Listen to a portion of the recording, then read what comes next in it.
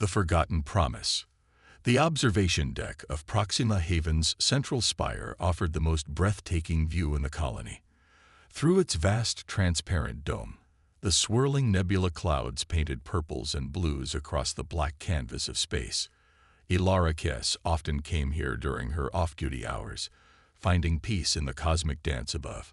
Today, however, her eyes were fixed not on the nebula, but on the official communication transmitted from the Meridian Confederation. Request for additional defense systems. Denied. For the third time this year, the Confederation had rejected Proxima Haven's petition for upgraded shield generators and weapons platforms. The colony sat at the very edge of Confederation space, a human outpost established to mine the rare minerals found in the asteroid belt of the Proxima Theta system. Despite their strategic importance, the Confederation Council had deemed their concerns exaggerated and economically unjustifiable. Ilara's grip tightened on her datavat. As the colony's chief communications officer, she had been the one to transmit each desperate request, each warning about unusual energy signatures detected at the system's edge. Each time, the response had been the same bureaucratic dismissal. "They're not coming, are they?" The voice belonged to Governor Malik, his weathered face appearing even more lined than usual as he joined her at the viewport. "No," Ilara said simply. "They claim we're being paranoid."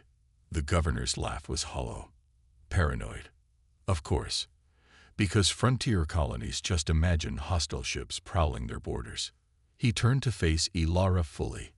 "What about Earth? Any response from the homeworld?" Ilara shook her head. Earth had withdrawn from most galactic affairs nearly 50 years ago. Frustrated with the politics of the Confederation they had helped establish, they maintained minimal diplomatic relations, but had turned inward, focusing on their own solar system. Many viewed it as humanity retreating with its tail between its legs.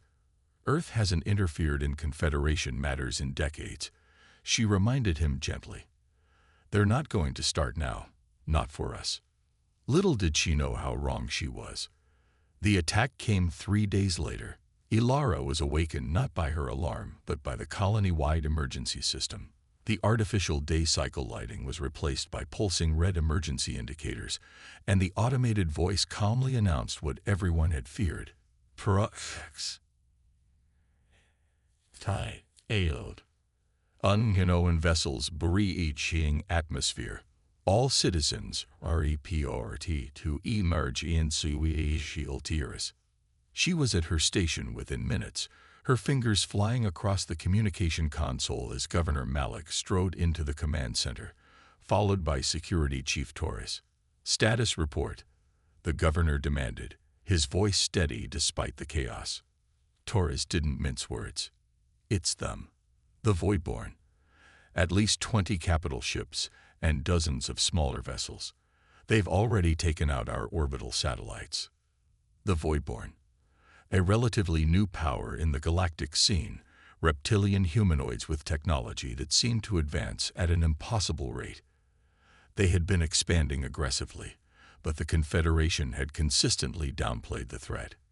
"Confederation response?" the governor asked. Ilara shook her head. "All channels to Meridian Central are being jammed. I can't get through." The first impacts shook the command center. Dust rained from the ceiling as the colony's minimal shields strained against weapons far beyond their capacity to resist. "Torres, get your security teams moving. I want civilians in the bunkers," Malik ordered. "Ilara, if you can't reach Meridian, try for any Confederation vessel in range." For the next hour, Ilara worked frantically, trying every frequency, every protocol she knew. Nothing. The jamming was too sophisticated, too complete. Outside, the situation deteriorated rapidly. The Voidborn hadn't come to negotiate or demand surrender. They had come to destroy.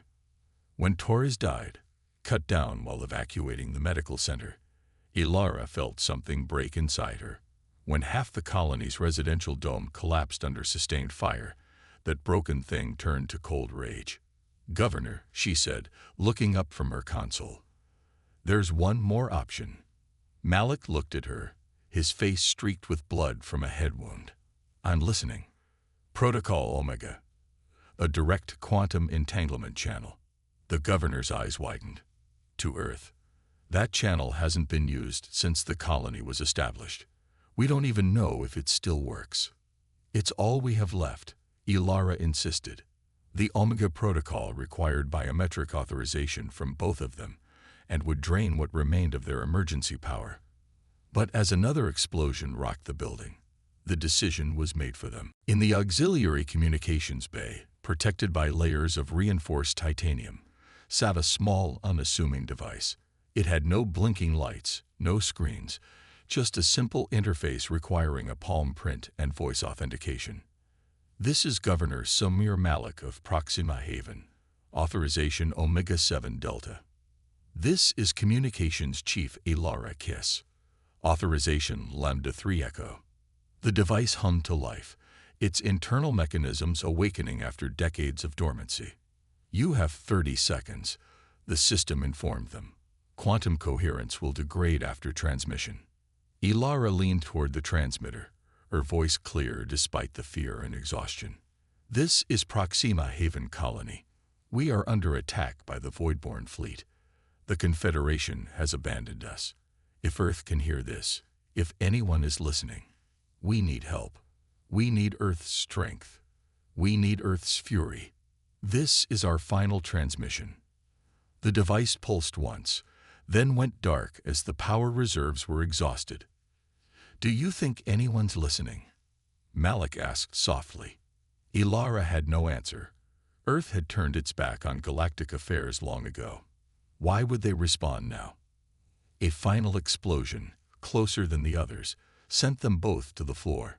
The command center's doors buckled inward as Voidborn troops, tall and reptilian in their gleaming black armor, began to cut through. "It doesn't matter now," Malik said, drawing a small sidearm. "We make our stand here."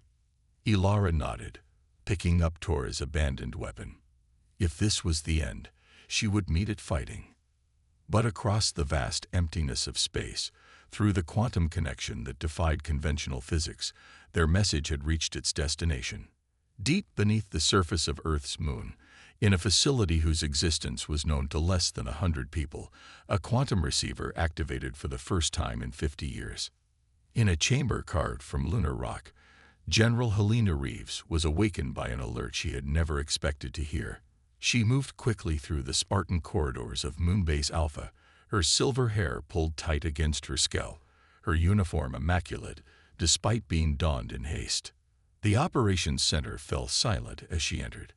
On the main screen, a message played, distorted and breaking up, but unmistakable in its desperation. "This is Proxima Haven Colony. We are under attack. The Confederation has abandoned us. If Earth can hear this, we need Earth's strength. We need Earth's fury." "Authentication?" Reeves asked, her voice betraying no emotion. A young officer nodded. "Confirmed, General. Quantum signature matches Proxima Haven's establishment protocols. The message is genuine, and based on signal degradation, it was sent approximately 6 hours ago." Reeves stood still for a long moment, her face unreadable. Then she turned to her executive officer. "Activate the sleeper protocol." The command center erupted in controlled activity. Officers moved with practiced precision, despite never having executed these particular orders before. Throughout the solar system, hidden facilities sprang to life. On Mars, beneath the ice of Europa, in the shadows of Jupiter's moons, and the darkness of Neptune's orbit, lights began to flicker on in installations that the galaxy had forgotten existed. For when Earth had withdrawn from galactic affairs, they had not gone to hide. They had gone to build. Frustrated by the Confederation's politics, by the endless compromises and concessions, Earth had decided on a different path. While officially maintaining a minimal presence in galactic affairs, they had secretly constructed a fleet unlike anything the galaxy had seen. Ships built not for show or diplomacy, but for one purpose: war. "Status report," Reeves demanded as she entered the main strategic command on Earth, having taken a hypersonic shuttle from the moon. The Phoenix fleet is at 92% readiness, General. All vessels report combat-ready status. The Thanatos carrier group can depart immediately, with the rest following within the hour. Reeves nodded, studying the holographic display showing the positions of Earth's hidden armada. Ships that had never seen battle, crews that had trained in secret for generations, all waiting for this moment. "Set course for Proxima Haven," she ordered. "Maximum velocity. Weapons hot from emergence." A junior officer hesitated. "General, Confederation protocols require notification before military." "The Confederation abandoned our people." Reeves cut him off, her voice like steel. "We are not bound by their protocols any longer. Transmit on all frequencies as we depart. Earth has awakened. Earth remembers its promises. Earth is coming." Throughout the solar system, massive hangar doors opened in asteroids, on moons, and from hidden bases. Ships emerged, not the sleek, elegant vessels favored by the Confederation, but heavy, angular warships bristling with weapons. Their hulls were dark, absorbing light rather than reflecting it, making them appear like moving shadows against the stars. When the first wave entered FTL, the jump was so powerful that sensors as far away as the Meridian Central registered the energy spike. In the Confederation Council chambers, representatives looked at each other in confusion and growing alarm. Earth was moving. Earth was awakening. And Earth was angry. By the time Earth's fleet arrived at Proxima Haven, the colony was in ruins. The once gleaming domes were shattered, the mining facilities destroyed. Voidborne ships circled the wreckage, harvesting what resources remained. They did not immediately notice the ripple in space that signaled an FTL exit. They did not register the shadows that emerged from that ripple until proximity alarms began to wail across their command decks. The lead Voidborne cruiser turned its sensors toward the newcomers, scanning the unfamiliar configuration of the human vessels. They were not Confederation ships. They were something else entirely. Something older. Something more dangerous. When the first barrage hit, the Voidborne cruiser did not simply suffer damage. It ceased to exist. The weapons that Earth had developed in secrecy were beyond anything the Voidborne had encountered.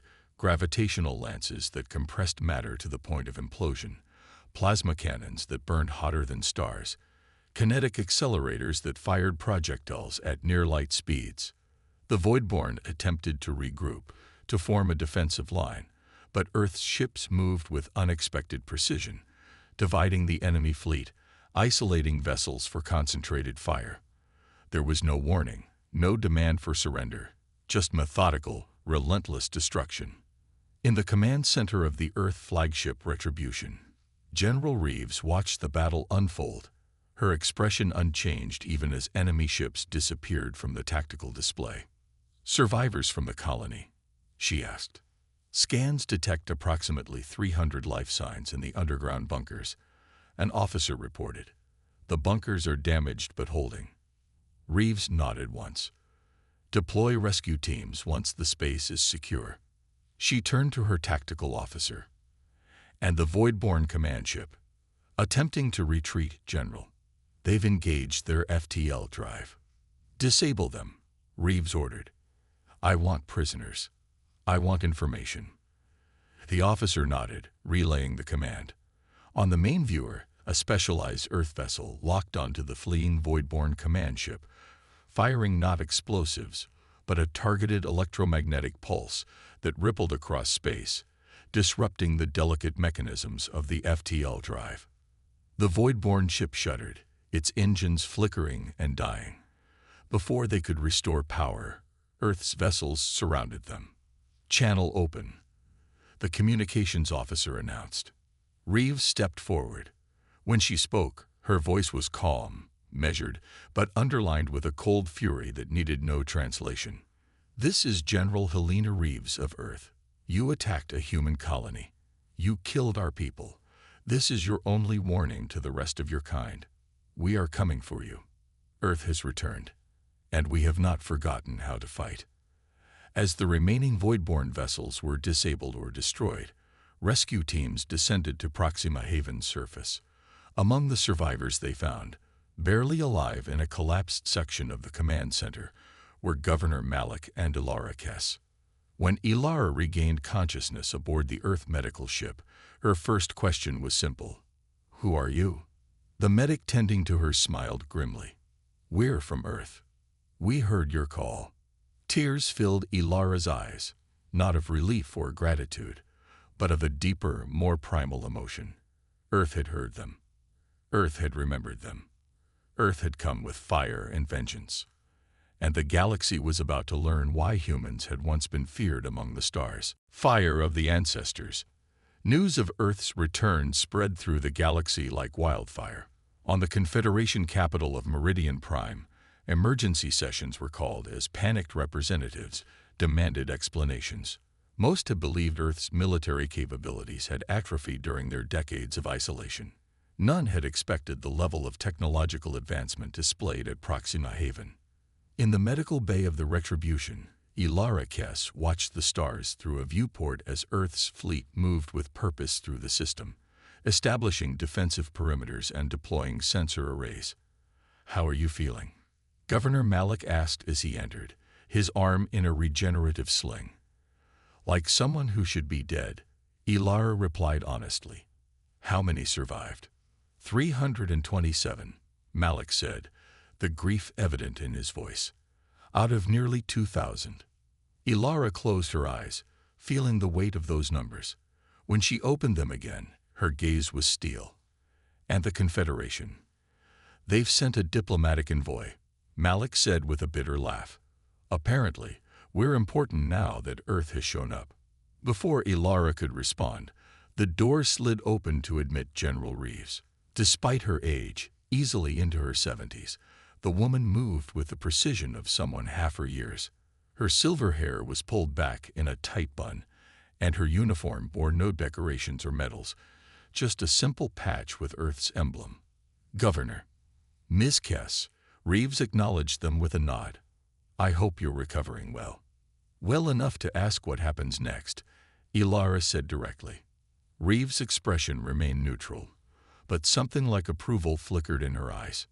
"Next, we hunt." She activated a holographic display that materialized between them, showing a map of the sector with several locations highlighted in red. "Voidborn outposts," Reeves explained, "based on intelligence extracted from the command ship we captured. Their attack on your colony wasn't random. It was the first step in a larger expansion campaign.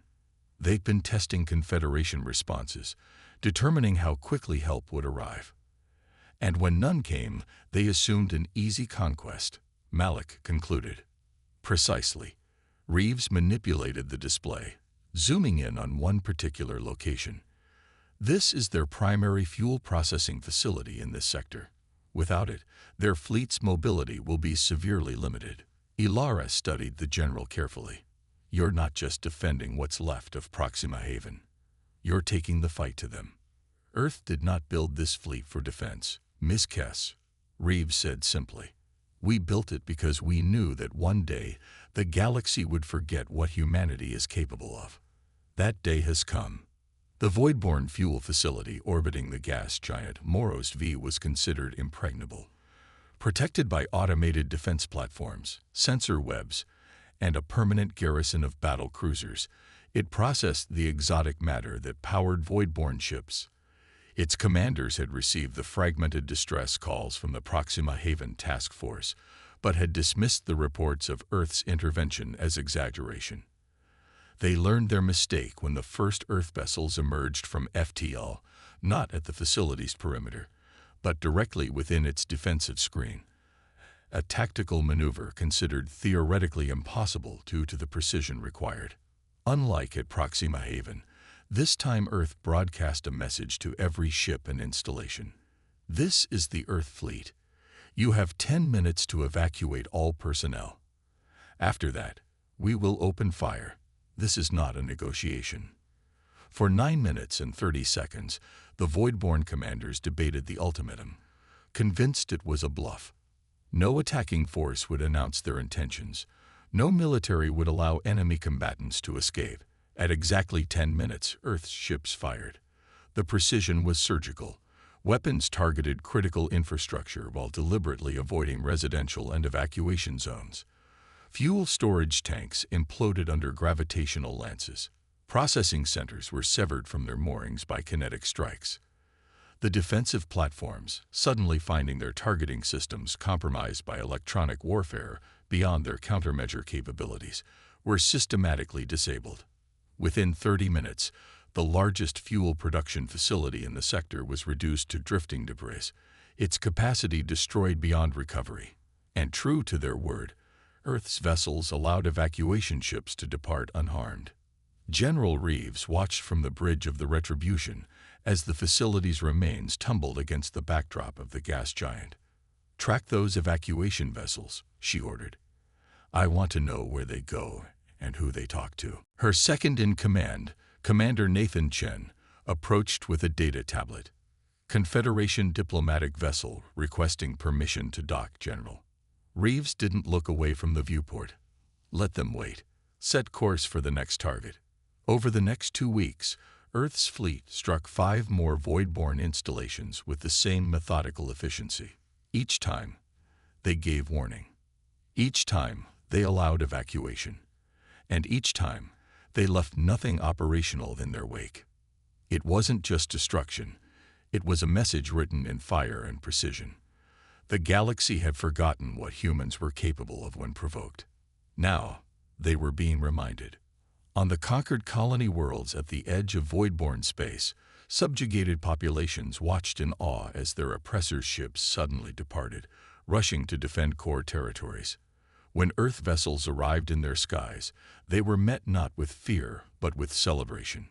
Ilara, now serving as liaison between the Earth fleet and the survivors of Proxima Haven, found herself coordinating a growing network of resistance and intelligence. From her station aboard the Retribution, she managed communications with dozens of informants across multiple systems. "The Voidborn are pulling back on all fronts," she reported during the daily strategic meeting. "They're consolidating their forces around their central worlds." Reeves nodded, studying the updated tactical display. "As expected. What about the other powers?"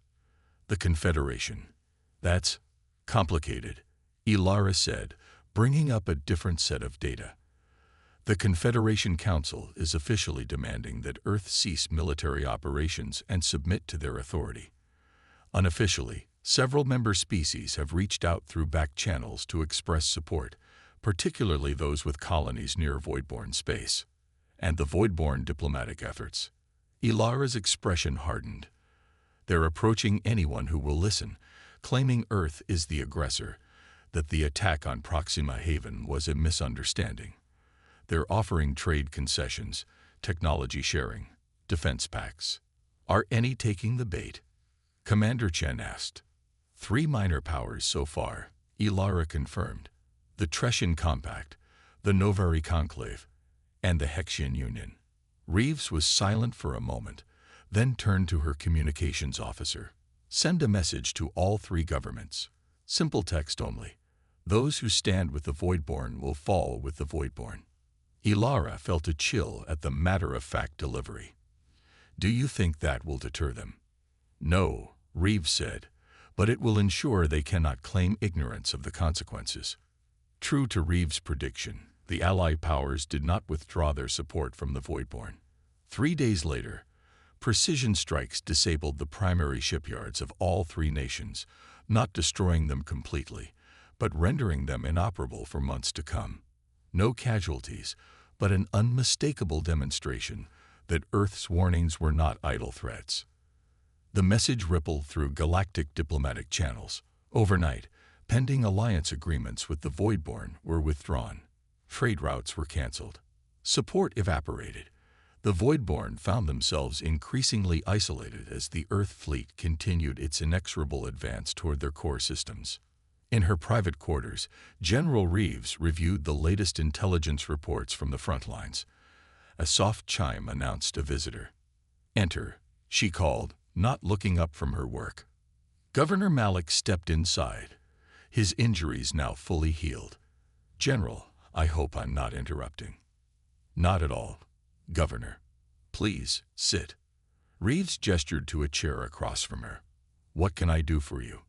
Malik studied her for a moment before speaking. I want to understand something. Earth withdrew from galactic affairs 50 years ago. But clearly, you've been preparing for this all along. Why? Reeves set aside her tablet and met Malik's gaze directly. Because we knew this day would come. The day when humanity would need to remind the galaxy that we are not to be trifled with. That doesn't answer my question, Malik pressed. Reeves was silent for a long moment. When she spoke again, her voice was quieter, tinged with an old anger. 73 years ago, before I was born, Earth helped establish the Confederation. We believed in cooperation, in unity among the stars. We championed rules of engagement, treaties protecting civilian populations, mutual defense pacts. She stood and walked to a small viewport, looking out at the stars. Then came the Meridian Crisis. A human colony, much like yours, was attacked by a now extinct species called the Thrall. The colony called for help. The Confederation debated. For 3 weeks, they argued protocols and jurisdictions while our people died. What happened? Malik asked, though he suspected he knew the answer. By the time the Confederation authorized intervention, there was no one left to save. Reeves turned back to face him.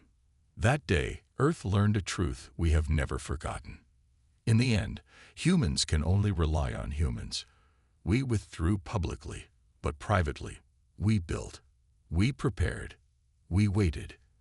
Because we knew that someday another human colony would call for help, and the galaxy would once again stand idle. And now you're answering that call with overwhelming force, Malik observed. No, Reeves corrected him. We're answering it with appropriate force.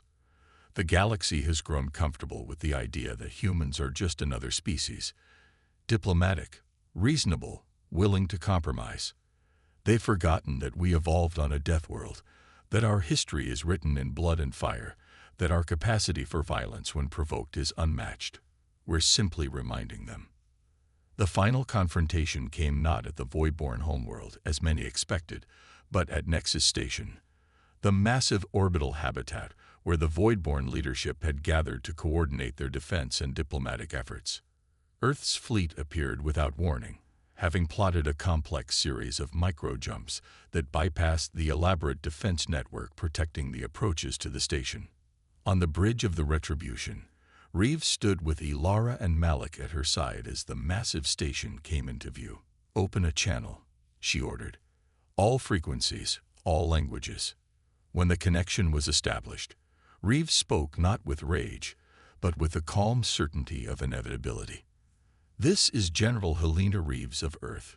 Your fleet is scattered. Your allies have abandoned you. Your supply lines are cut. This ends today. The response came from Supreme Director Vexar of the Voidborn Hegemony, his reptilian features filling the view screen. General Reeves, I propose an immediate cessation of hostilities and diplomatic. No, Reeves interrupted. Diplomacy was an option before you attacked our colony, before you killed our people. The time for words has passed. Vexar's inner eyelids flickered, a sign of agitation in his species. Then what do you want? Resources, territory. Name your price. Justice, Reeves replied simply. Unconditional surrender of all Voidborn forces. Return of all conquered territories to their original inhabitants.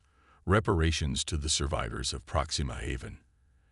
And your leadership will stand trial for war crimes. Impossible. Vexar hissed. The hegemony would never. You have 1 hour to decide. Reeves cut him off. After that, we will take Nexus Station. Whether we take it intact or in pieces is up to you. As the transmission ended, Commander Chen approached. General, we're detecting enemy reinforcements gathering. The Voidborn must have had reserve forces we didn't know about. Numbers? Reeves asked. At least 30 capital ships, possibly more in hyperspace. They'll outnumber us nearly 2 to 1. Ilara exchanged a worried glance with Malik. Earth's fleet, while technologically superior, had sustained damage during their campaign.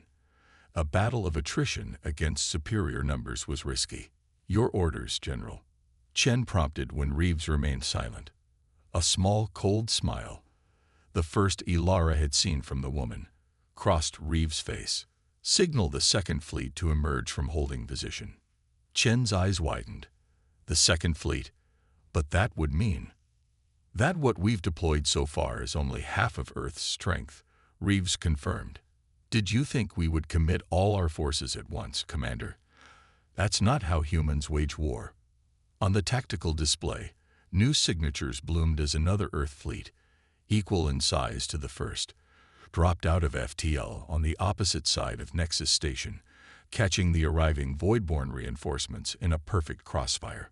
Ilara watched in amazement as the new vessels moved into formation with practiced precision.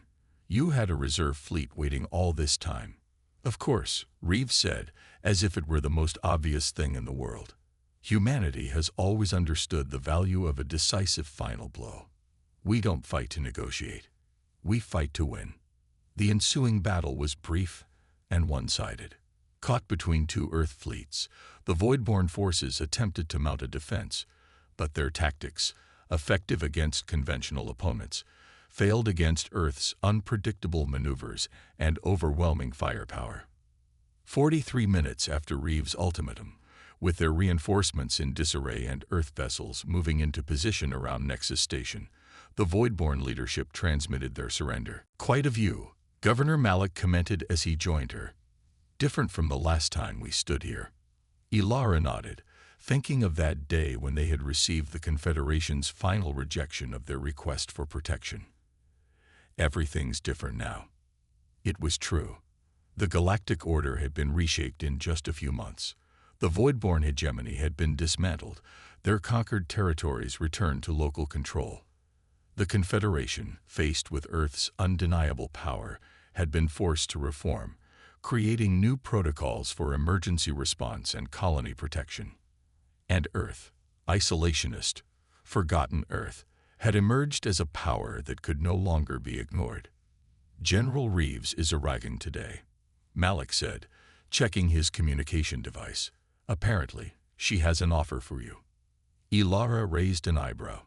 "What kind of offer?" She wouldn't say. But rumor has it that Earth is establishing a new agency, something to ensure that no human colony ever goes unanswered again when they call for help. Later that day, when Reeves laid out the proposal for a rapid response force under Ilara's command, she didn't hesitate to accept. The memory of those desperate hours in the communications bay, sending a message into the void with no certainty of reply, was still too fresh. "There's one thing I don't understand," Ilara said as they finalized the details. "Why me? I'm not a soldier or a strategist." Reeves studied her with those penetrating eyes that seemed to see everything. "Because you did the most important thing of all, Ms. Kess. When everyone else had given up, when death was certain, you still reached out. You still believed someone would answer." She gestured to the stars visible through the viewport. "That's what humanity has always done. We call up to the darkness. We rage against silence. We refuse to die quietly. And when one of us calls for help, the rest of us answer with fire," Ilara finished. Reeves nodded, a rare smile softening her features. The galaxy forgot that truth.